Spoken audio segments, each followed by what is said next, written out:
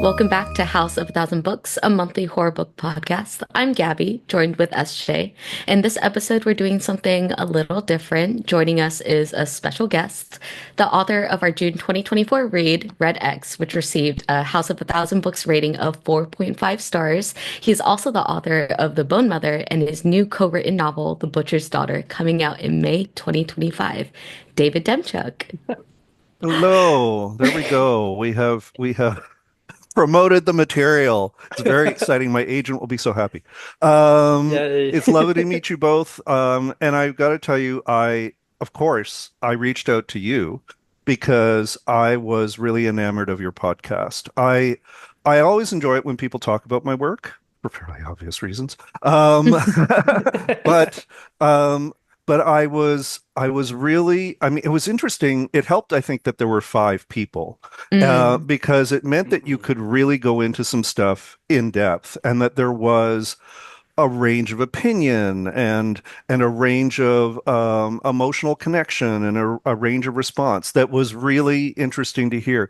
As a writer of fiction, you don't often get a lot of that. You may hear from people individually.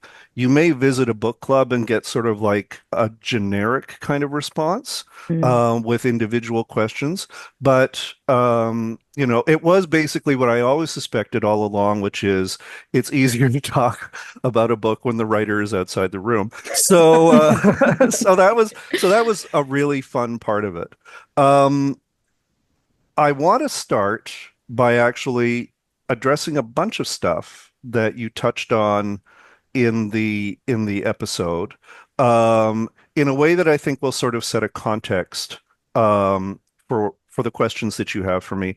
Also, it's going to answer some of the questions you have for me, so we're not going Perfect. to have to worry a Gorgeous. Perfect. lot about some stuff. Exactly. So don't worry. This is not like it's all new material.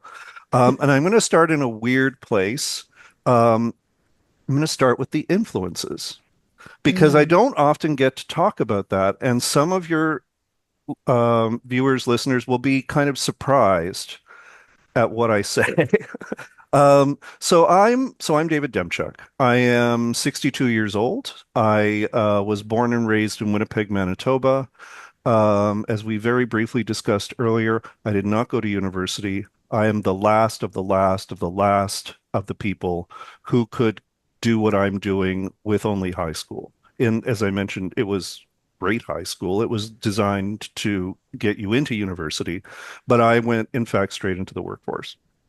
And that was primarily because I was mostly interested in film and theater, much more film than theater. But theater is where I sort of ended up working in, just because film is so expensive, for like, decades.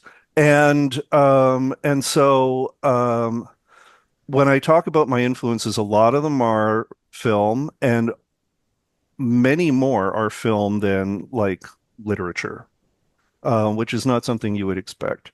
Also, I mean, when we're talking about Red X, which is a combination of fiction and memoir, one of the books that I did not think would have such a lasting impact on me when I read it, and I read it when I was quite young, was The French Lieutenant's Woman by John Fowles. If you've never read it, or maybe you've only seen the Meryl Streep movie, it is ostensibly about a woman in, I guess it's Victorian society, who is waiting for the return of a sailor who she slept with, and she is basically a fallen woman as a result of this. And of course, it becomes sort of this pathetic figure.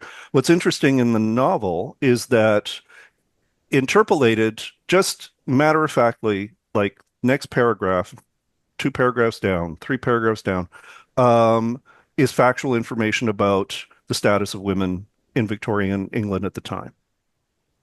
And and so it's simultaneously a drama, like a fiction, and a documentary text that is that is interwoven in that. And I was really caught by that. It was quite unusual in its time.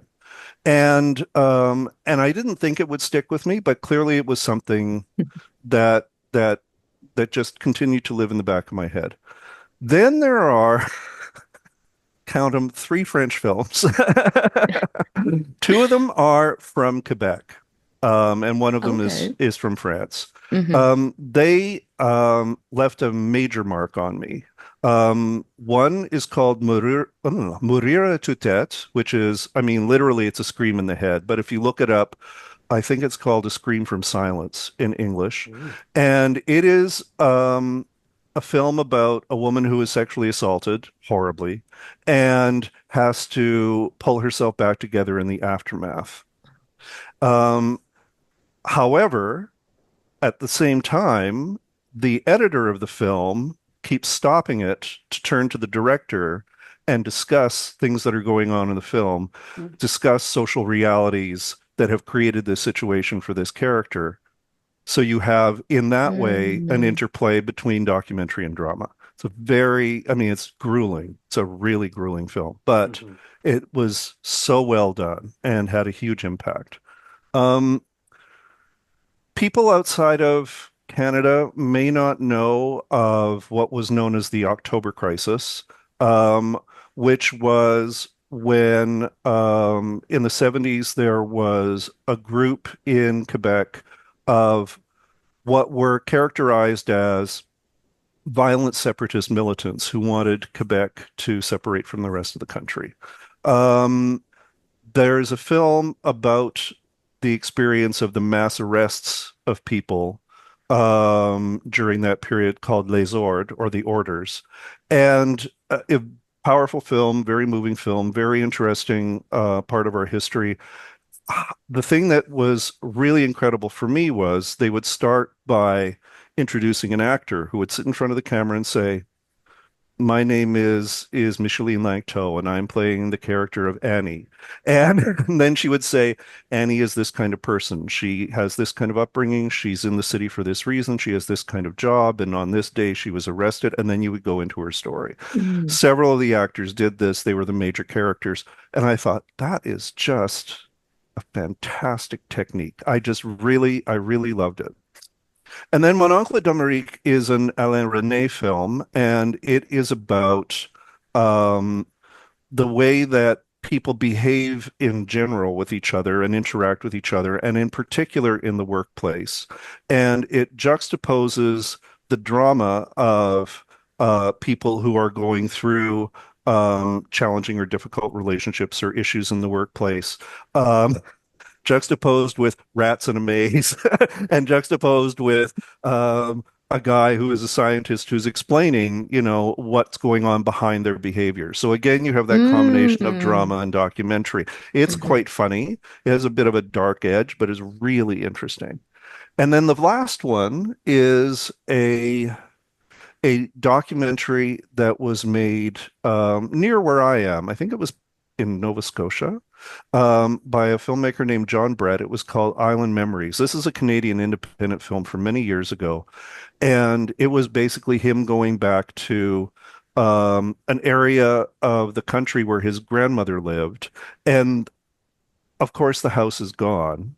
It's been many years in the past. His family has an Acadian background, and they, were basically driven out of the area. And so he goes to, and he said, I remember where the house is. You could see over here. This is where this was. This is where this was. This was the front step. Of course, you can't see anything. There's not, he knows, but Mm. we don't know. And if there is something to see in the ground, we don't see it. And that has lingered with me as well. That has been a very powerful kind of image. So those are the things that, mostly way in the past have always been influences on my work, and in particular have been an influence on Red X. I also am obligated to mention Samuel Delany, the queer science fiction writer, had a series of memoirs that were also very powerful and important for me. The first one was called Heavenly Breakfast, and it was basically about him and his girlfriend at the time, um, who they were young hippies together. They were discovering their bisexuality. They kind of engaged in communal living. And it was a real window for me into what polyamorous relationships could look like, what non-monogamous relationships could look like. Mhm. Um, And then he wrote Motion of Light and Water, and then The Madman, which is technically a novel, but has very, very heavy autobiographical elements in it. And then finally, Times Square Red, Times Square Blue. Those all, he writes with a novelistic perspective, but um, does a really fine job of turning that eye onto his own experience as a queer man, particularly in New York and particularly through the 70s, the 80s, right up to the turn of the century. So those were the big influences. Then um, that all is fine. I'm working in theater. I'm not very happy. I'm happier when I'm younger, but as one gets older, one gets less happy. And by the time I turned 50, I kind of had I wouldn't say it was a midlife crisis, but it was an awareness that there was less time ahead than there was behind. Mm. And was I pleased with where my career was? Was I pleased with what I was writing? Writing for theater, you have an eye on the audience in mind. You're not supposed to pay as much attention to the audience as you do, but the fact is they exist, and there are practical, pragmatic things to keep in mind around that I kept chafing up against. So I wrote a play called The Thimble Factory. Hmm. And it was my last ditch effort to sort of um, try something new in theater that I really enjoyed. I self-produced it. I basically staged it. I hired 5 actors, that whole thing. That was really good. But before I did that, and that actually changed my life, before I did that, I started Red X. And Red Mm. X was a play that went nowhere. But Red X represented a kind of a path that I was going to put myself on.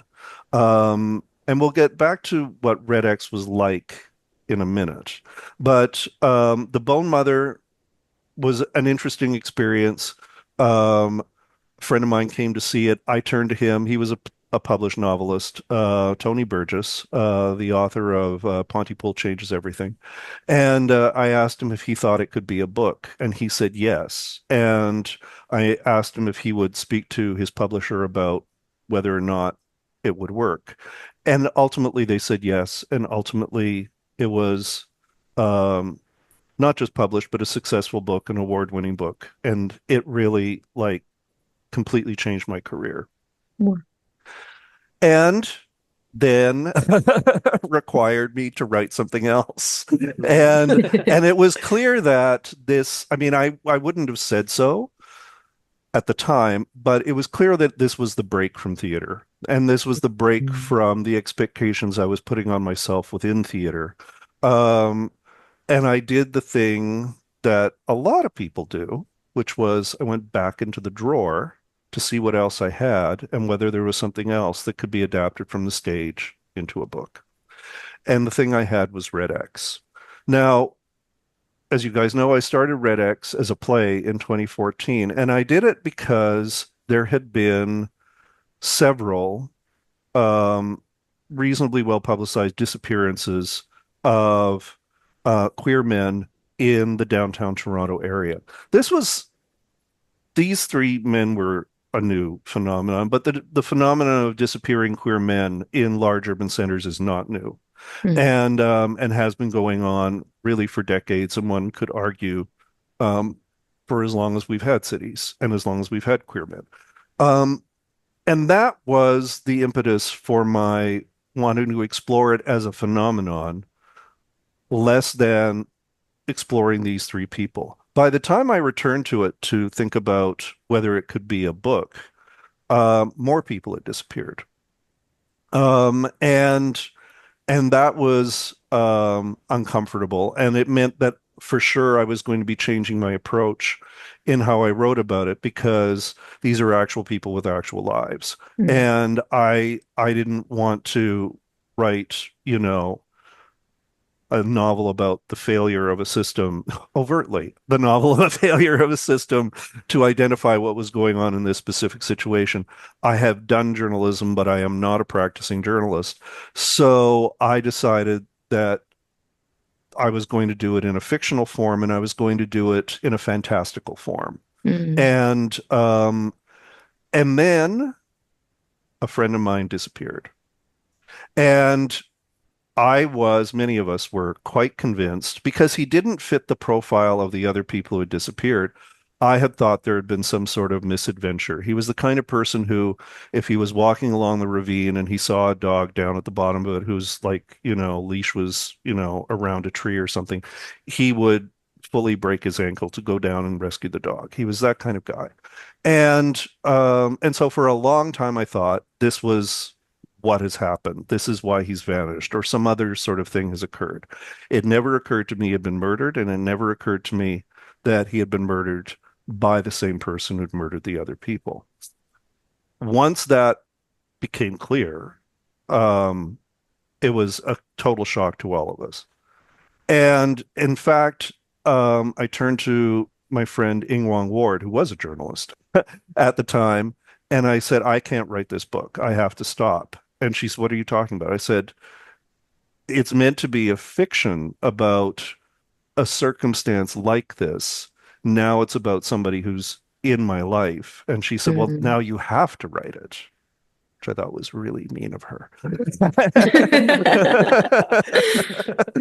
So she said, now it's more important than ever. You have to write it. And I went, okay, well, if I'm going to write it, then I have to implicate myself in Mm. that. I have to speak to, in some way, why I'm writing this story, why we are drawn to stories like this, what stories like this mean to us, what they mean in the context of the genre which I'm working in, which of course is horror, and and and how to a certain extent horror works if you're a queer person, which is distinct from how horror works for other people.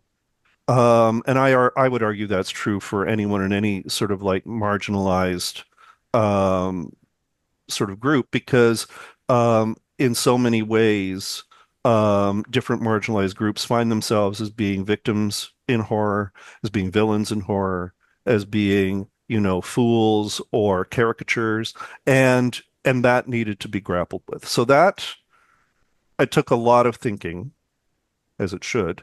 Um, and then I decided, okay, I can write this book. I can come back to this book. But that is truly where the integration of fiction and essays started to occur. Mm. Um, this course raises a question that you were very tasteful not to ask, but I'll answer it anyway. What's true in the book and what is not?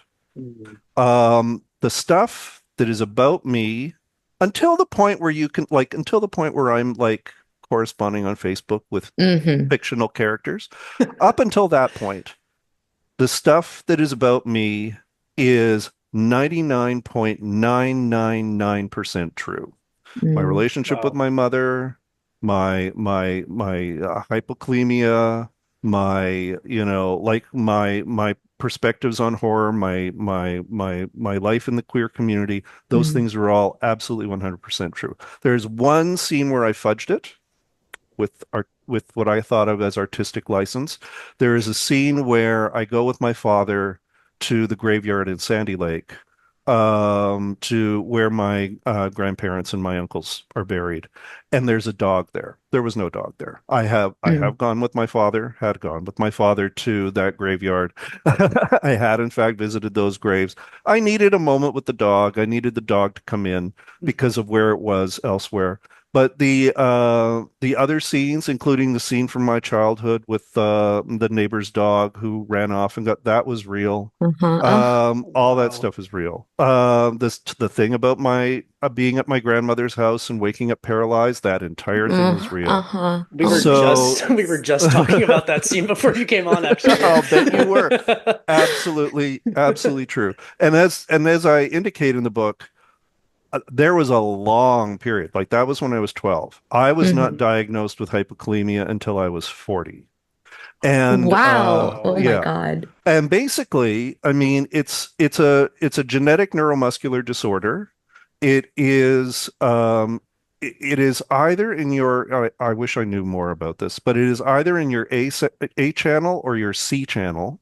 There are beta blockers and so on. Well, Mm. there's nothing for A, but there are also blockers for your C channel. I take a blocker every day for my C channel that is normally it's amlodipine. It's used as a to lower blood pressure. So I have Mhm. fantastic blood pressure, Mhm. which is great at this particular time in our history. And but it also it mitigates a lot of attacks that I would be having on a Wow. regular basis. I probably have 3 or 4 attacks a week that are mild to moderate, and I have to medicate against them or medicate after the fact and then just wait it out so that the stiffness and the soreness goes away. Um, I have probably nearly died about, say, half a dozen times. But the one that put me in the hospital was the one that resulted in the diagnosis. Mm. Um, it is obviously because it's genetic, it's incurable. Um, in theory, as I've been getting older, it's been getting worse, although the medication actually, I think, has arrested a lot of that. I think if the attacks went on unmitigated, they would. In fact, I have a walker. I don't use it very often. Mhm. It would get worse. And if you have to have a debilitating, near fatal condition for the rest of your life. It's not a terrible one because all of the drugs that treat it are either generic or are incredibly cheap, like they're over Mm. the counter. I have Mhm. giant bottles of potassium chloride. I take like 4 or 5 pills at a time. I used to take more. In order to arrest an attack, I often are, joked that I take as much as it takes to execute a man in Texas. So, Yeah. yeah, Yeah. yeah. Oh my This gosh. is not to encourage people to explore potential ways to kill other people with potassium. It can be done. So, but Oh it's my gosh. really, really, really unpleasant. Um, just so you know how it works, since you know what it's like, it Mhm. generally starts in the extremities. So at a Mhm. Mm. certain point, your hands or your feet or your arms or your legs aren't working properly or are becoming slowly paralyzed. And then it makes its way towards your core. And Mhm. generally, it paralyzed here, paralyzed here, paralyzed in your insides. So the ramifications of this are really awful. And when was I had a boyfriend who was not especially useful in any other way, but he did save my life. So I have to credit him for this. He's the one who took me to the hospital. And when I Mm. got to the hospital, my heart rate was 45 and it was dropping and and I could not move. Oh my Oh my I was God. God. conscious, I could feel everything, and Oh I my was a dead weight. Oh God. yeah, like you're not numb. In fact, you're quite sore. But yeah, so yeah, no, not on that level. Don't recommend it. But there's that. Whoa. So this last question, which you also didn't ask because you're very tasteful people, but that I know is in the back of your minds. And of course, this part of the discussion is spoiler ridden, so I would encourage people to be aware of that. Mm. The question is, what is Nicholas? Mm. Mm. And it's a good question. Because on the surface, Nicholas, who is the antagonist, ostensibly, of the novel, is this sort of creature of the Fae. He's a Barghest. He, has a sort of a shapeshifty kind of quality to him. He is centuries old. He is trapped in North America. He is preying on gay men. And so the desire is to read different things into him. Mhm. Um, when I told my agent that I was writing a book about a man who transforms into a black dog, her first association with it was depression. And I Ooh. Mm. totally get what that's about because that was a sort of a popular metaphor at a particular at a particular time. Then later on, she thought, as many people do, that it was a metaphor for AIDS, at which point I actually was quite alarmed. And I actually went out of my way to include AIDS into the narrative to make sure that it was separate from what Oh, Nicholas wow. was. Mm. This is my clue to you in my Yeah. writing is generally speaking when I there was a thing that happened in the Bone Mother that where somebody said, "Is this book about the Holocaust?" And I was like, "No." So immediately it was like, "How am I going to put the Holocaust in this book so people Mm. know it's not about the Mm. Holocaust?" So it Hmm. was like so there's that kind of thing going on. But I would say that Nicholas is not just AIDS. Nicholas is Mm. not just depression. Nicholas is not just alienation.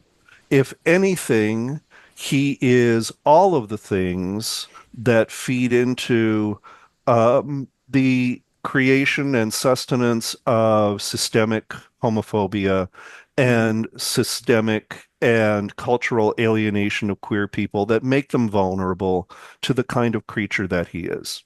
Mm. So Wow. that's what I would say about him. Oh my goodness. Yeah. Ugh. So yeah, so that concludes my presentation. And now, with all that in mind, I would say ask your questions and I will be happy to answer. Oh my gosh. Yeah, thank you. Well, you definitely gave us a lot to chew on there. So thank you so much Ooh, for kind of just pardon opening the up and pun. sharing all of that. And no, I love that idea that Nicholas dramaturgically like could be all those things. I love that. Yeah, I think the playwright kind of shines there. Like it could be yeah. that if that's how you kind of Well, interpret. and this is the one thing I would say is the difference between working in fiction and working in theater is when you walk into theater, you make a pact that what's happening on a floor up over there that's been raised up and there are seats over here. Whatever's going on there is already going to be a metaphor. It is not a literal, even Mhm. if you're doing something Mm. that's incredibly literal and documentarian in approach, it's not reality. It's a Hmm. representation of reality. With fiction, it's harder because, and particularly the kind of stuff that I screw around with, because I it's a legitimate question to ask what's real and what's not, because I have introduced that as an element of the narrative. So then it becomes a question of if something isn't real, does it have a meaning, and what is that meaning? And how is that meaning the same for me as it is for the reader, and how is it different? And that's always going to be a thing. So yeah, absolutely.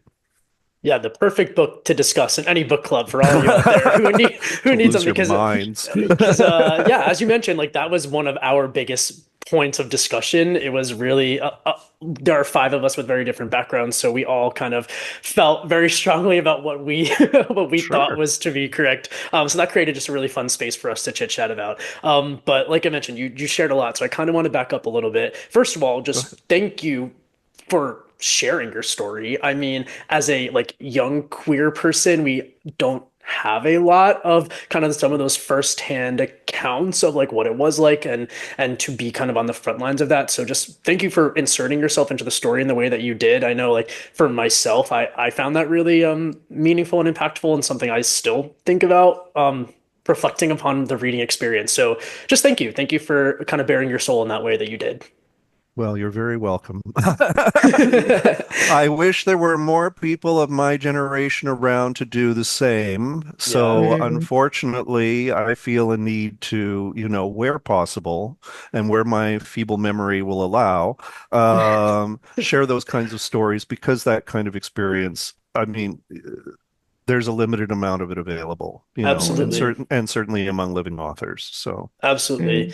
Mm. But all throughout the story, you demonstrated like a really robust understanding of just LGBTQ history and especially with its connection to horror. So I kind of want to just lead and ask, where did that extensive knowledge come from? Hearing that you did not go to university, not that that is a qualifier for having knowledge and information, but this could be my thesis. I had assumed that you studied it formally or you were a professor of LGBTQ horror No, literature. I don't know. So, I was always, I mean, as you could tell from the book, I was always fascinated with horror. And Hmm. little did I know I was living in queer history at the same time, that it was Sure. unfolding. Sure. Um, but the one thing, if there was one thing that I would say that sort of gave me a benchmark for queer history in general, I took a course. I took an evening course with a couple of people who had done work with queer archives, had done work with queer history, and they basically it was like a queer history 101, like evening course at a local college downtown. And I also they were people who I really liked, and I thought, oh, I'll go support them and I'll go here. And then it was fascinating because they went through it from a variety of different perspectives and really made, which was unusual at the time, made queer women a core part of the discussion Mm, because so much emphasis is continually placed on queer men. Sure. And so that was really interesting. And also they had a fairly broad cultural range of references as well. And it just made me feel like I was part of a continuum. And that mm, was, there was only so much they could do in like like half a dozen nights. But it was enough for me to go, okay, this is a thing that, if I don't know a lot about this, a lot of people don't know a lot about this. At the time, mm, there were no, like in high school, there was no such thing as queer studies. There was no such thing as being taught, this person was gay, this person was lesbian, like, this person was transgender, this president was queer. Like you just had no idea what any of Yeah. that stuff was about. And so it was always an interest of mine from that, before then, but from that point forward. And then, of course, because I love horror and had, you know, even though I had a conflicted relationship with it as a child, I saw that it was the genre for me. But of course, my immediate question is, okay, so where are my people? mm, Who are the people in these movies who writing these books, telling these stories, who are in some way connected to me? And, my forefathers, my foremothers, my for thems, my foreparents. And it was hard, really, really hard at that time to find who those people were because a lot of that information was either suppressed or just not considered to be important. Hmm. And so that was part of a very active effort for me to try to uncover it for myself. And there were other people obviously who were also writing about this stuff, during this period where I was able to glean a lot of information. And that too, and that made me that that created a way for me to find my place in the genre and to feel like I belonged. mm, That Well, said, I was still writing theater. mhm. And there isn't really, and I was told this bluntly when I was working on Red X, there isn't really a place for horror in theater unless you're working in commercial theater, which Mm. happens elsewhere really than Canada. Like if it Sure. mm, was, and it has a particular look and feel. Um, The Woman in Black would be an Hmm. example. The Evil Dead musical would be an example. But, here was this story that had, a combination of those kinds of elements alongside what I would consider to be independent Canadian theater elements, and those things were regarded as being incompatible. And that's why it Mm. ended up in the drawer. Well, So, however, I held on to it in my head and I thought there may yet be a way to tell this story, and it turned out there mm. was. Yeah.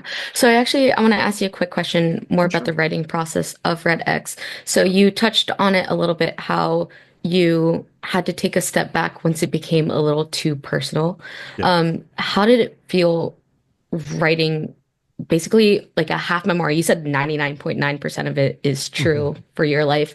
And that is so vulnerable to put yourself out on paper like that, especially the idea that the masses are going to read it. What was that process for you to get that onto paper and especially to have such an emotional connection with the story that you're trying to express and write? It was really helpful. First, it was really helpful to be old. So we'll start there. Um, there have definitely been times throughout my writing life where I have kind of endangered myself by coming too close to my own trauma Mm, in Mm, in various ways in writing work and reopening old wounds and then having to triage them while I'm trying to actually create something. mm, mhm, So that was, I mean, and one of the things that helps, unfortunately, is to sort of age out of some of that. It is understood, and I think particularly among marginalized people, that there is a strong inclination to have us commercialize or commodify our trauma, and to a certain extent, it's inescapable. But I do think that if you cannot resist it, and sometimes you can, if you cannot resist it, then you have to create really firm boundaries and guidelines, if only for yourself, in order to ensure that you are not endangering yourself. mm, I mentioned my friend Ing Wong Ward, the journalist. Who sadly is no longer with us. She was a very dear friend of mine. She was tremendously helpful as someone who was able to help me keep my eye on my mental well-being through this whole thing, and also to be a really good sort of like collaborator in figuring out what I could talk about and what I couldn't talk about, what was coming too close and what was not, and what people needed to know and what they didn't need to know. And that was very helpful. And as well, I mhm, mean, I say that like 99.99% of what I share in the book about myself is true. There's a lot of stuff I did not share about myself. So mhm. I kept a lot of stuff private. Sure. And and first because, it's nobody's business and it's not a Yeah. memoir. It's not meant to be my life story. mhm, But also because there, you know, there are ways to protect yourself. There are ways to protect Sure. what you're doing with the world. The one thing that I will say is absolutely not true is at the very end when I go out onto the street late at night and I'm looking for people to connect with, and it's like, that is absolutely not me. I order in.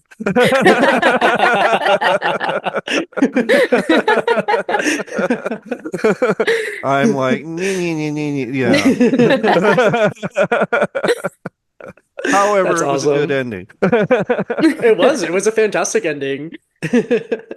And we speculated on the ending quite a bit. Gabby and I Mm-mm. hopped on a little bit before you, and we were just kind of running through our thoughts. And the ending came up as a part of our discussion because how um, just the parallel to real life it felt. You could have given it a much different ending. You're playing God in this world, so you could have kind of done whatever you want. But to kind of end us with that hopeful collaboration or coming together of everyone who's been affected and been marked, now kind of sharing their stories and having that community, but then to end it where you decided to on your note, kind of being isolated and alone and kind of bleak, Mm, left us feeling that. We definitely like took on that feeling at the ending, but perfectly mirrors how where we're at in society. Like we're not fully past this yet, and we still really need that strong community. So yeah, just fantastic. We absolutely loved that. Well, and the thing, I mean, that was one of the most important things for me to communicate in the book was that the solution to if you can call it a solution to the Nicholas dilemma Mhm. is, he is preying on people who are isolated. He's preying on people who do not know they have community. He is preying on mm, people who do not feel that they deserve to belong. And Sure. and co community was all the way through the book a very important thing to create and to try to honestly depict that there would be this group of people that would hunt for you. There would be this group of people who would miss you. There would be this group of people who would mm, speculate where you'd gone. And that by the end of the book, when my character, because by that point I am a character, Mhm. when my character is going out into the night, it is a choice that's being made knowing that community exists. mm, And it's a choice that's being made in order to a certain extent to go and confront that which is um, against community mm, and to engage with it in whatever way. And that to me was an honest, kind of Mm. ending, as opposed to one that just sort of wrapped up at the dinner table. Mm. Because you know, Nicholas doesn't, even though we've seen him, ostensibly be killed, we know he hasn't been killed. Nicholas continues to Mhm. exist, and as a force within the community or just outside the community continues to exist. And that's the truth. That Mm. is the truth of the story, but that's also the truth of our lives. Mhm. No, Yeah. I love that you mentioned community, and I think it was really depicted well in the book. Love, like Crystal Lake being Oh. like the mother Oh, who yeah. advocated for her. Absolutely, like we all like fell in love with her. And then like Totally. there were some characters that just jumped out of the page that really felt like living beings, like Robin. Yep. We all loved Robin. And I just have like, do you have a Robin in your life? Because that's what it felt like. So first, I will say that the character who was the most fun to write, who was the most enjoyable to write, was Crystal Lake, and came. It was. It's not necessarily normal for people to have the kinds of conversations I have with my agent as I'm writing. But I reached the point where I was about to do that that scene, which was set in a bar I knew quite well, but no longer exists. Mm. I was on the phone with my agent. I said, I'm about to write a really funny scene. And she was like, Are you sure? Because she knew what the rest of the book was like. I said, Mhm. Yeah, I think we need a funny scene. Mm. I think everyone needs a break from what's been happening. It's still the same story, but I just Mhm. feel the need to do that. And I have always had um drag performers in and out of my life. I have always, at a particular point in my life, I said that I had been raised by drag queens, and and and so it was important to me to depict um, the drag sub community in a particular way, and in a way that I felt was positive and buoyant and supportive and caring, because that's been my experience of them, Mhm. and um, and I really and I wanted to have a character who you would traditionally expect to have something awful happen to them. And I mean, and what happens to her is not great, but at Mhm. the same time, she's not getting killed. Mhm. And in fact, she's showing quite a lot of compassion throughout the scene that we see her Mhm. in. And so it was really interesting and really enjoyable for me to just take a break with her and really enjoy the world that she was part of and really enjoy the banter between her and the other queens. That to me was a really important thing to do. And it was also nice to write a horror drag queen. So that was lots of fun. Totally. Yeah. And then Robin, I've had a number of people in my life who I would describe as similar to Robin, and I look up to them and the role that they play in their community. If you were to ask me which character I most identify with and who I found easiest to write, I would say it was Robin. I would Mm. say that now now I don't plot normally. Mhm. The new book is very plot heavy, but normally Mm. what I do is I just wing it. I am a pantser, as they call them. And so part of that is because, and you're going to be mortified when I say this, I was approaching this book like Friday the 13th. Not my favorite film, but Oh, but interesting. Okay. yeah, but in its way, a really interesting model, because there is no protagonist Mhm. in Friday the 13th. It's an ensemble story. No one character is any more likely than any other to be murdered or spared. It plays with certain tropes that had really, frankly, just been invented around teenagers and sex and things like that. But apart from Mhm. that, it was not obvious that there would be a final girl. This was really before the final girl thing, or just as the final girl thing was sort of like starting to gel. So I deliberately went into Red X not knowing who was going to live and who was going to die. Mm. And for a long stretch of the book, I thought, well, it's obvious that it's gay man, you know. for so the women in fact are spared, the women Mhm. and femme identified characters are spared. Um, but then I thought, but are they? Do I really want to communicate that to an audience, at the Mhm. two-thirds point that, okay, any of the female characters are probably, going to be safe by the end? Is that true? Mm, And that's when I started thinking, okay, well, maybe Nicholas feels the same way and then starts sort of like paying attention to her because, of course, she can see Mhm. him and starts wondering if there's a way to negotiate a relationship with her, mm, a toxic Yeah. one to be sure, but, and what would her response to that be? And so that was a really interesting thing to explore because it, to me, it wouldn't have been satisfying if she had glided through this entire thing as a witness, but untouched mm, by things that Mhm. were going on around her. And so she was a really and that story is effectively my story. And mm, so she became a real avatar for me by the end, but I mhm. didn't to the end. Like to the last 20 pages, I wasn't sure.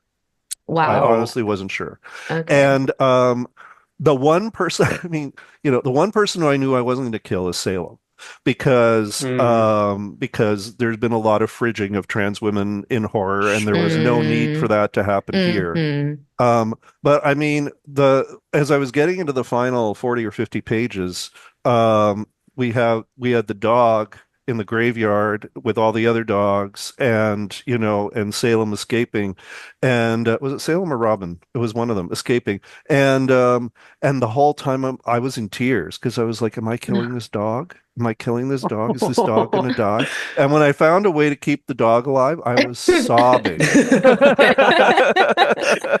I We were was just relieved too. sobbing. Yeah. I mean, Yeah. that first gruesome Oh dog hanging yeah. from the tree I Ugh. scene, we all know. were, oh my gosh. I had to Animals, put the book down. You did something yeah. there. Yeah, animals don't do well in my books, and I Oh apologize Mm-mm. because I no. actually love animals. I mean, the next one is the butcher's daughter. Yeah. Well, Okay. we're a little familiar with that story, so Just guess where it starts. oh Mm. no, it turns some Yeah, pussies into so yeah, pies, maybe, yeah, well, it or starts at a butcher shop. Where are you going to oh go from gosh. there, right? So, however, and I have I have many friends who feel this way, but I have one in particular who's like, David, I cannot read things happening to animals. I don't care what you do to people.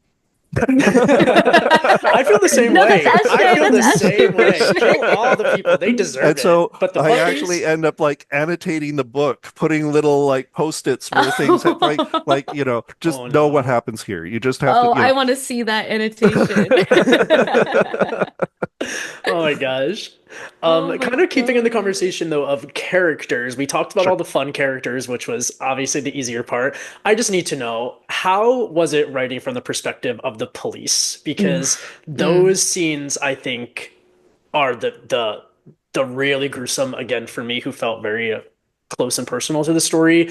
Reading from their perspective was the toughest to get through for me. So I want to just know, how was it channeling their voice as the author? Well, I mean, you could certainly tell that I don't like them. So I don't think that I worked very hard at holding back my own opinions. Mm. Sure. But at the same time, um, when I got to that moment, because the whole thing, I mean, speaking of things that are true, the whole thing of the police in Toronto picking up queer people and taking them Oh. down to Cherry Beach and beating Hmm. them is totally real. Wow. And there have been lots of arguments about it, but fundamentally it's been acknowledged that it's totally real. Yep. Hmm. And so knowing that I was going to incorporate that particular piece of queer history into the story, Mhm. I knew that I would have to tackle characters that I felt very uncomfortable with. And I mean, all you can really do in those situations, I think, is just invest as much as you can. Well, again, having your own personal sort of like line and your own personal barrier.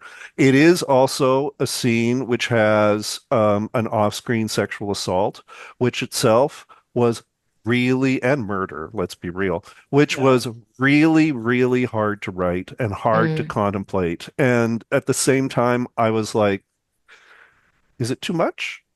Mm. mm, I don't think it's too much. I'm just going to mm-hmm, keep it off screen, but I'm Yeah. going to make it clear what mm, happened. mm-hmm, And knowing in my mind, these are violent guys. They deal with things with violence. They only see the world in a violent way. They do not approach things from a point of negotiation first. It's guns drawn. And having that sort of like attitude infects the rest of your mind. It just does. mm, And mm-hmm, so um, I always had a fairly clear idea of how it was going to play out for both of them, I guess. Um, it was just a matter of figuring out how to get to the place where it was Mhm. happening, and and knowing that I was going to be able to knock them both off was actually quite satisfying. mm. So I And wouldn't made do for it a in great real life, reading but experience. Yes. yeah, Just, yeah, putting yeah. that out there. This is purely fictional. Purely fiction, But absolutely, that payoff was great. That, Yep, I Mm, mean, yeah, it was all of it, just the dialogue. Obviously, like we know how we're perceived, I think. It is not surprising to hear the way they think and talk and discuss our community, but to no, be in that voice and like so many words that we've reclaimed to use them in the way that they were initially intended. It was really yeah. uncomfortable. Well, Unfortunately, and done really well. yeah, I mean, and each of those was in fact a choice. I had to sit there and I had to say to myself, am I going to use this word? Am I going to use mm, it this way? Is now going to be the Uh, time? Is it going to be more than once? What I once I wrote a play many years ago called If Betty Should Rise, and it was about a woman, an older woman, a much older woman whose mind was in many places, and she had been sexually abused by her father, and it had had lifelong ramifications. And there was one particular section that was incredibly difficult and coarse. And I remember sitting in the rehearsal hall. The actress was very gung-ho, like exceptionally gung-ho, and mm. she went through that section with like, the appropriate amount of gusto. And at the end of it, I said, that was amazing. We never need to hear it again. I am cutting it out. wow. Because sometimes that's just what you have to do. You sit there and you Yeah. think to yourself, okay, I did that. I now can look at that and go, that is not responsible writing. Mm. Wow. Out. Oh, I love to hear that. No, just hearing like, you do have It's to take hard. responsibility in what You you're putting do. Sure. out You have there. to, if you as the writer find it unbearable, take a Mm. moment. Hmm. Yeah. Just take a Yes, no, moment I and love go, that. is my goal to like put people through the ringer? And in live Hmm. theater, I mean, oh my God. At Mm. least with a book, you have an opportunity to like close it, put it down, go for Sure. a Which I did walk. very much. Exactly. But Yeah. when you know you've crossed the line, it's like, hey, you're the writer. It's your line. If you've Hmm. crossed it, yeah, think about how other people are going to feel. And then it's like deal with it another way or just like chuck, and that's just how it has to be. Wow. Mm. Yep. Responsible. We love to hear that. I'm sure a lot of people read the book and think other parts of it are not at all responsible, but the thing is, at least I made those decisions, at Yeah, and least at I least it made those serves the choices. story. Like it's Yes, not Mm. there to be shocking and it's not to be grotesque. Like gratuitous. Yeah, that happens. You certainly get that in the places where it's appropriate. But yeah. yeah, so just well done. I mean, I feel like we've complimented your writing a whole bunch, but like it was those little nuances that I think really stick out. I mean, aside from the perfect blending of fiction and nonfiction, which personally I've never read. So that was really it kind of blew out my perspective of what fiction can be. See, this is Um, why I come here. It's like going to the spa. Listen, we'll keep you on for another hour, and all we'll do is just give you all the flowers. Um, But I know we're coming down on time, so there's like two more questions before I don't want to go over Sure, and our I'll try to allotted be short. time. No, you're doing great. You're doing great. Gab, I just kind of wanted to get into the audiobook kind of yes, questions that we had. okay. So do you want to? So Yeah. 100%. So the audiobook kind of took it up for a whole nother level. I think everyone that was listening to it along with reading it just had nothing but compliments to say about the audiobook and just like bring that Mhm. horror to next level. Did you have any like how much creative say did you have in I it? had a lot. Whoa, that's super uncommon, So I I feel first love let me like. hearing that. say I had a lot, and that is not a common experience. So I have to Yeah. thank Strangelight and in particular Jordan Ginsburg for allowing me to even be part of the process because mostly what happens is they pick a few actors, they send you, their recordings, and this is a perfectly okay thing, I am going to tell you. But it is the common thing. Pick a few actors, they send you a few recordings, you listen to them, and you think, okay, well, I like this one more than I like these two. And then you send that back, and maybe they will cast that person, and maybe they won't. Mm. But you at least have had your say, right? In this situation, they asked me right off the bat, is there anyone who you have in mind? Because I have years in theater, of course I do. And so Just goes I through the was able Rolodex of to actors. yeah, well, I thought, well, I'm not going to go nuts. And I also don't want these people to be competing against each other. Mhm. So for me, there were like a couple of obvious choices. And so I put them forward and they had their own, sort of selection of people. I listened to them all. I said, well, I still like this one. It was Salvatore Antonio, and they chose him. And so then I met with the person who was the director, and she said, I really like this book and I really want to fuck it up. And I was like, Hell yeah. great. We are And so locked then in we now. talked about how that would work. And one of the most first and most obvious questions was she said, how do you feel about voicing the parts that are very obviously you? And I said, Mm. I said from the beginning I wouldn't want to do the whole book, but I would absolutely do those parts. And she said, Mm. okay, now we have to identify what those parts are because some of it's a little murky. Mhm. And so, that was a lot of fun because then we had the thing where we got to like each, sort of alternate in voices and overlap and stuff like that. Mhm. And then we also got into like sections that on the page are represented one way, but how are you going to represent them Mm. sonically, like Yeah. the so-called ruin page? And so Oh, yeah. and so they just went nuts. They went nuts. And when I heard it, I was like, this is spectacular. This may be the best version of the book. It really was. I mean, the book obviously stands alone, perfection, but the Yep. audio just lifted it to Oh, a it was whole new wild. level. And I was scared reading it, but hearing it is a whole, like, similar to a play. Like you're Yeah. locked in. There's no And escaping it kind of penetrating. And I'm not an actor, you know. I mean, I perform to the extent that I have to because it is a part and parcel of being an author to a certain Mhm. extent now, but it is not a thing that I'm frequently called upon to do.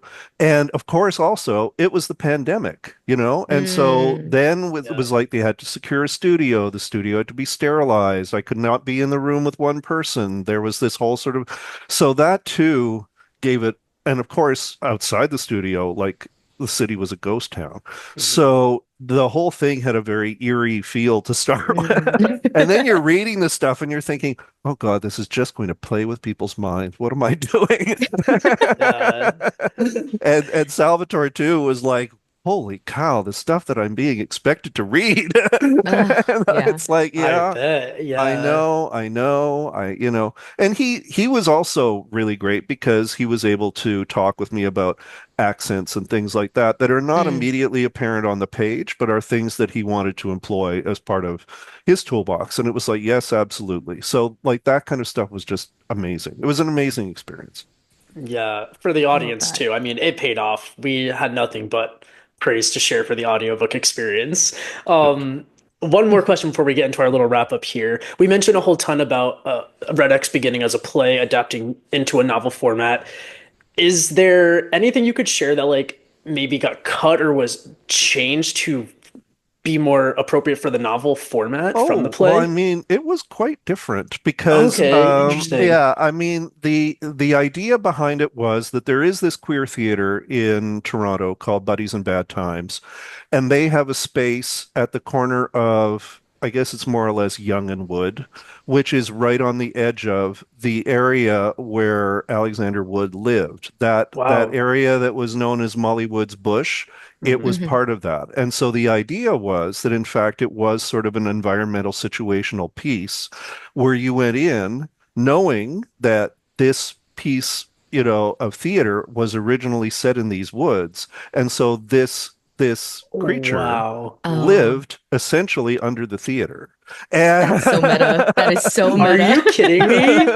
Oh my so at the same God. time that the whole thing is going on stage, effectively the space is being haunted. Oh And my so, God. and as you're telling the story about the Wow. disappearances, there is that feeling that perhaps a disappearance could happen. But the thing is, you could only get away with that by abstracting it to a certain level and knowing that Mm, what's going on is highly metaphorical and obviously Hmm. not real, but also by having a certain amount of distance from what we at the time did not know were killings. They were Hmm. only disappearances, and it was unclear what belonged in that bucket and what didn't, right? mm, The closer you get to the fact that these are crimes, that they're being committed by somebody, and that somebody, as it turned out, was in the community, that also made it less and less possible to make it into that kind of a piece. mm, There is hmm, probably still a way to turn it into a stage piece or a film, but you have to be profoundly, incredibly mindful of the reality that now underpins the entire story. hmm, And Sure. again, as we talked about responsibly, you have to find a way to tell that story responsibly, and um, and also in a way that's not going to, you know, suggest that this is the best way to create entertainment for people. mm, It's meant to engage with real issues that real people actually really face every day. And so Hmm. that's where the delicacy of it is. Early on, when the book was had been announced but had not actually come out, there were a lot of people who thought that it was actually going to be the story about the murders and the murderer, Hmm. and mm. who actually went out and like bought the book on that premise and then were like outraged when it was a Oh creature. no. And I'm like, people, it says right Read. here, a horror that spans centuries. What do you think that means? Yeah. So, Yeah. but yes, it Twist. was a very different theatrical So experience, interesting. Mm, and I don't know that it would have been as good. I don't know that it would have done as well. I don't know it would have had as large an audience, but it was definitely very different from what you have on the page. mm. Wow. So, Yep. what you have as Red X now, the novel, would you ever be interested in making it into a film, into doing any other sort of adaptation? Yeah, I mean, people have optioned it Hmm. a couple of times. There is always some interest in it, Hmm.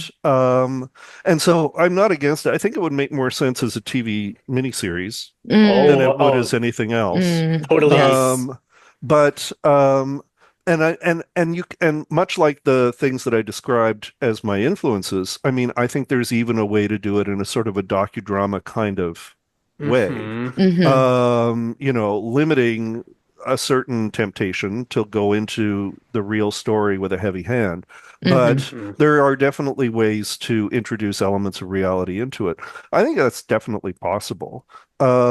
But I also think that for a lot of the people who are inclined to tell these kinds of stories, they would find it complex and challenging, and you have to be Sure. up for that. And it's a lot easier to just, do an American Horror Story version of, something else, Which where you don't which have to worry about those they've issues. done. Yeah, Yeah, which they've totally. Yeah. done, which they've totally done. So, Hmm. so yeah. But I would argue this is better. Anyway, Thank so you. if it ever makes its way to the stage, listen, Gabby and I will be there. We are Front row not only seats. theater lovers, but horror lovers, obviously. So when those worlds kind of just meet in the middle, we're locked in. But Red X speaking the of, musical, we're absolutely. I there. think, Oh, yeah. we are there. Oh, you did mention, and I'm very proud of using pop music as a way of setting Mm, up each of the years that the book hmm. Uh-huh. takes place in. And there's a very pragmatic reason for that. My memory is shit. Yes, yes. Wait, Gabby said I that too. remember 1984 really well because it was the year I moved to Toronto. So absolutely Mhm. every single thing that happened in 1984, I remember vividly. Hmm. 85, I couldn't tell you. Sure. 92, I couldn't tell you. I So get what I it. did was I went back and went into the music myself in order to remind myself, oh, that's what was going on. That's what was on the radio. That's Yes. what you heard in the clubs. And that was Mhm. very important to me as a kind of immersion technique, I guess, to just get me back into those periods and also to just sort of like remind myself of what else was going on in the world. And of course, the Sure. other touchstone were the horror movies for each of those years Yes. Yeah. because it was like, oh yeah, and I remember seeing that in the theater, or I remember renting that on video, or I remember, like that kind of thing was also like really helpful. And I knew it would be helpful for, the average reader who would be, Totally. what was 1992? What happened in Barely remember 1992? 2024. Like, Barely remember yesterday. I don't know what I had for breakfast. So, Yeah. No, and it worked. It served that purpose. We it was so definitely brought that up effective. on the episode as well. Obviously, we haven't lived through all the decades that are covered through the story, so it gave us just a rooted context of where we're at in history. But even for the decades that I was alive for, I was like, oh yeah, that song was a big deal. Like it just made it so much more palatable and relatable, I guess. So kudos once again. I mean, we can't say oh, that thank enough. you. The writing was just superb. But I feel like we've talked a whole bunch about Red X. Really quick before we let you go, as two huge Sweeney Todd fans, we have to ask, what can you share about The Butcher's Daughter without getting too, don't get in trouble. But what can you I'm give us to keep us always held in over till May? trouble. I am always in trouble. Um, Let me see. What can I share? What can I share? I can't say this, but I can show you this. Okay. Um, what Interesting. can I tell you? It is an epistolary novel, so it is mostly correspondence, although there are other documents as well.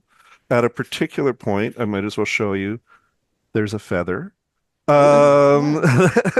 there are lots of little items and things. Um, and it one of the big influences for me for this was actually a novel and a miniseries by a British mystery writer named Minette Walters. She wrote a book called The Sculptress. And the idea behind it was that there was this woman who had murdered her family quite brutally and had gone to prison. And there was some reason to believe that perhaps she was covering for somebody else. And so a journalist goes in and starts having interviews with her in order to find out whether or not that's true.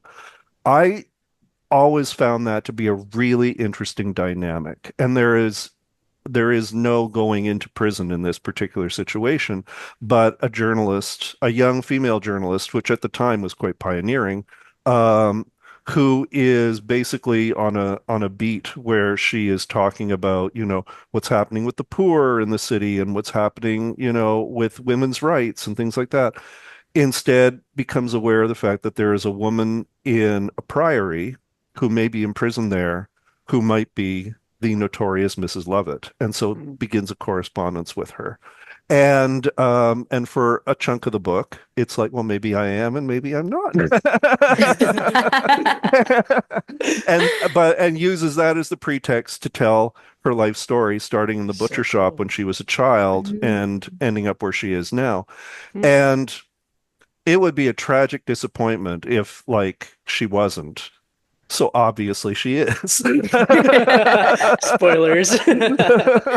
Awesome. Well, we are so excited. Only 2 months away, right? Coming out in May. Yeah, What it month are comes we out in? at the beginning of March. May. Okay, very close. Yeah. Awesome. Yep. And it's co-written with It is fellow co-written author with a debut Corinne. author. Her name is Yeah. Corinne Lee Clark. She was absolutely a trooper. She was, because I'm not the easiest person to work with. And she was heroic. And she has a lot of knowledge of the era, knowledge of the Mm. place. It's set in Mhm. Victorian London. She lived in London for several years. She worked behind the scenes in theater doing sets and costumes. And so she had a lot of verisimilitude that she was able to bring to the project. I someone asked me, would you still have been able to write it without her? And I'm like, well, not the same way, but more importantly, it would have taken me 8 years because I would have had to do all the research from scratch. Sure. I know nothing, right? It was a great idea, but I was starting from zero. And what I had done was I turned to my agent when I first came up with the idea, and I said, do you have any suggestions? And she said, leave it with me. And then the next day she said, well, I represent this other writer who has not been able to, publish a novel, and this would be a great opportunity for her. Are you Mm. interested? And it turned out that it was just like a perfect working relationship. It was That's really awesome. super. Yeah, Yeah, it sounds like absolutely. the backgrounds align pretty well with the Yes, it plays and worked such. perfectly. How does it And stuff Mhm, she didn't know she was able to find out because she knew where all the mhm. stuff was, right? So, Lovely. Amazing. yeah. How does a collaboration effort like that like happen? Like are you like writing some scenes and alternating? Are you picking characters? Like how does that Well, work? there was a mix of that, really, ultimately. Again, I didn't plot it, even though there was a lot of plot. More plot for like 5 books. It is much like the Penny Dreadfuls and the sensation novels of the period. It is Mhm. plotty.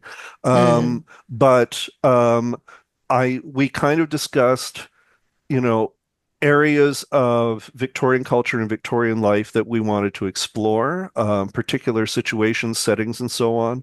And we wanted to take the character through those. And then at a certain point, I would say to her, either because it's epistolary, take this letter by, these letters by this character. I'm looking for this. And then she would send them. And well, the other thing is that Corrine is incredibly prolific. Mm. I'm a very painterly writer, one worded. She can just like 3,000 words in 2 days. It's like, it's unbelievable to me. Oh my So, God. Yeah. yeah, exactly. So like, so to the point where it was like, I don't even know what to do. So, so yeah, so there was a lot of backing and forthing, either around individual characters or around individual scenes. There is a section later in the book where I turned to her and I said, all right, you've been holding it in all along. I'm now giving you a place where everyone is wildly wealthy. Everything is gorgeous and voluptuous. And she was like, oh, thank God. There was a mansion in Mayfair and she got to go wild. Oh, Oh so my fun. God. So yeah, so there's a lot of that stuff too. That when we actually get to like the truth of the Mrs. Lovett character, she dove in on that stuff first, and she did a Mm. tremendous job with it. And so we were able to sort of work back and forth in a lot of ways. It was and we needed to. Because we needed the ability to write simultaneously a lot of the time because we were moving very quickly. Sure. And also it was the pandemic and we couldn't be in a room together, so we had to Mm. be separate. Why not write separately? So it Hmm. worked out really well. I think we both were shocked at how well it worked out, all things considered. Oh, awesome. Oh my gosh. Oh I'm my so God. I'm so excited. I excited for cannot it now. maybe we'll get another notification. House of a Thousand Books review of The Butcher's Daughter coming out next season. It's a lot of fun. Oh, I Oh cannot my wait. Oh, I God. should also say this is the British edition, Mm. which looks very Oh, different from the American edition. yeah, it's a different cover. I gave away my American arc to someone for a review, so I've kept on to this one. They are both quite different, and the insides are both quite different as well. Oh, And okay. we're apparently Oh, going to have um, it's the possibility of a special edition in the UK as well. So there could be three. Wait, I love that. oh, Oh my gosh. interesting. So that's very cool. And I should also mention there are recipes. No, I love that so not both of much. us just gagging, jaw drop. Give me the cookbook. Wait, is it a dumb question? Is it pies? Oh yeah, there's a Okay, variety cool. of Victorian recipes that, Oh, I'm locked in. Oh, I'm ready. I've been looking for victims. It's okay. Ah. Interesting. Oh Well, my God. David, this has been so fun. I would chat with you for the next 5 hours. Unfortunately, we do have to let you go. But thank you so much for taking time to speak with us today. We are so inspired by your work and just excited to consume anything that you publish, whether that's another novel, whether that's a Another play, a terrible film. pun. We are, you didn't have to say terrible, but Yeah. but no, we're so excited just for the opportunity to speak with you. So we're just thrilled. We could not be happier to have this conversation today. Well, it was a treat to be here. Oh, Absolutely. thank you. And for all our listeners out there, be sure to check out The Butcher's Daughter, the hitherto untold story of Mrs. Lovett, coming out May 2025. And check back here for more reading updates moving forward.